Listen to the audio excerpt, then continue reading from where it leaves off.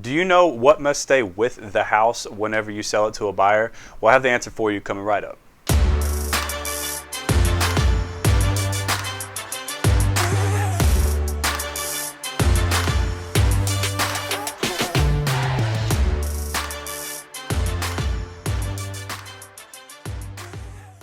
What's up, everybody? Andrew here with the Lake team in Houston, Texas. Welcome back to our channel. We have another fantastic video lined up for you guys today. And if you're watching this on YouTube and you have not already, make sure you smash that subscribe button down below. At the Lake team, we do our best to give you guys the best real estate content to you each and every single week. And with that being said, let's go ahead and move straight into today's topic, which is talking about what has to stay with the house whenever you sell it to a buyer. So this is actually a very common question that we do get. People ask us all the time, especially buyers and sell. I mean, all of them. Right? What has to stay with the house, and what can a seller take, or what must the seller leave? But I think it's very important to understand the verbiage that comes along in a single-family 1 to 4 contract. Or just 1 to 4 contract. I'm going to go ahead and provide the front page copy, or I'll do the screenshot and I'll provide an attachment down below if you're watching this on YouTube, so you can understand what that verbiage means or what it is that they're particularly talking about.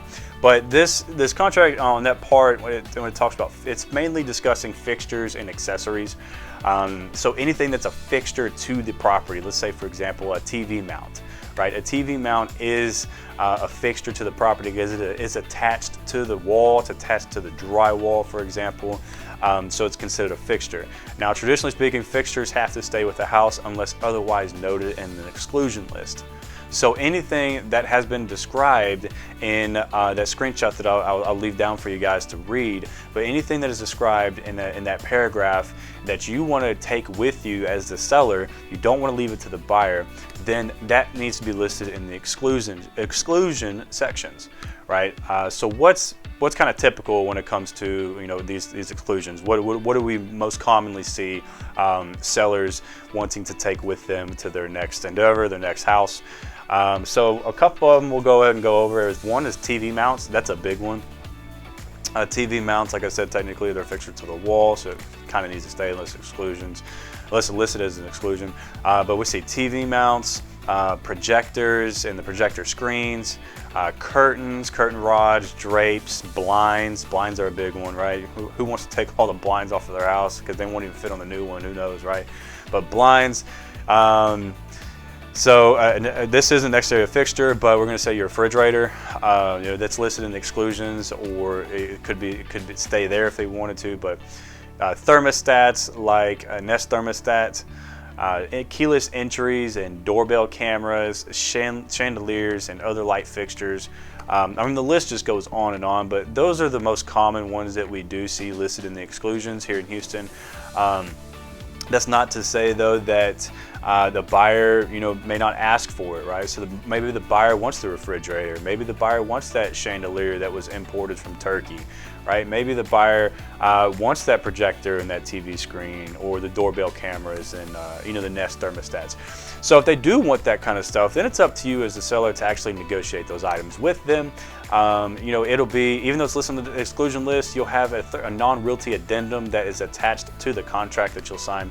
And that non-realty addendum is just a piece of paper that's going to say that included in the sale of this house would be the chandelier, the Nest thermostat, things like that. Everything I just mentioned, all that stuff will be listed in that non-realty addendum, signed by you and signed by the seller, that those items will convey with the property.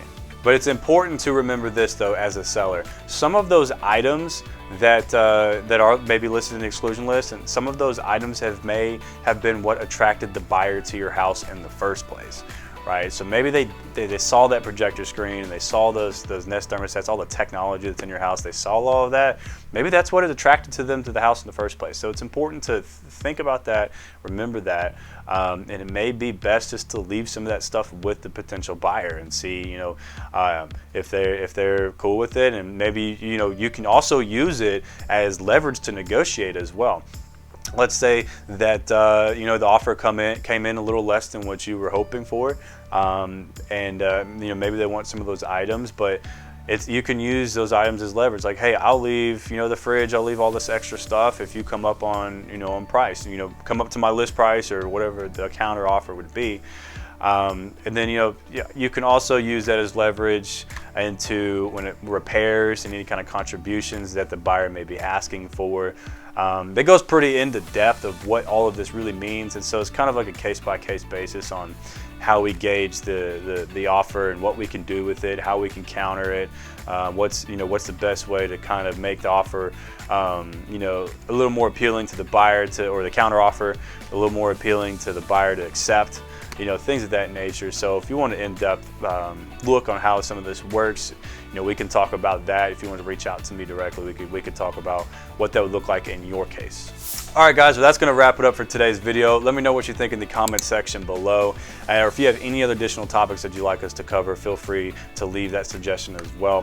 We love new suggestions for topics to cover. So, but if you have any further questions, you can visit us on our website, and from there, you can reach out to us directly. And if you're watching this on YouTube, don't forget to smash that subscribe button down below. Here at the Lake Team, we produce the best real estate content to give to you guys each and every single week. So you can make the most educated decision when it comes time for you to buy or sell some real estate. So with that being said, that's it for me today. I'm going to log off. I am Andrew with the Lake Team here in Houston, Texas, and I will see you guys next week.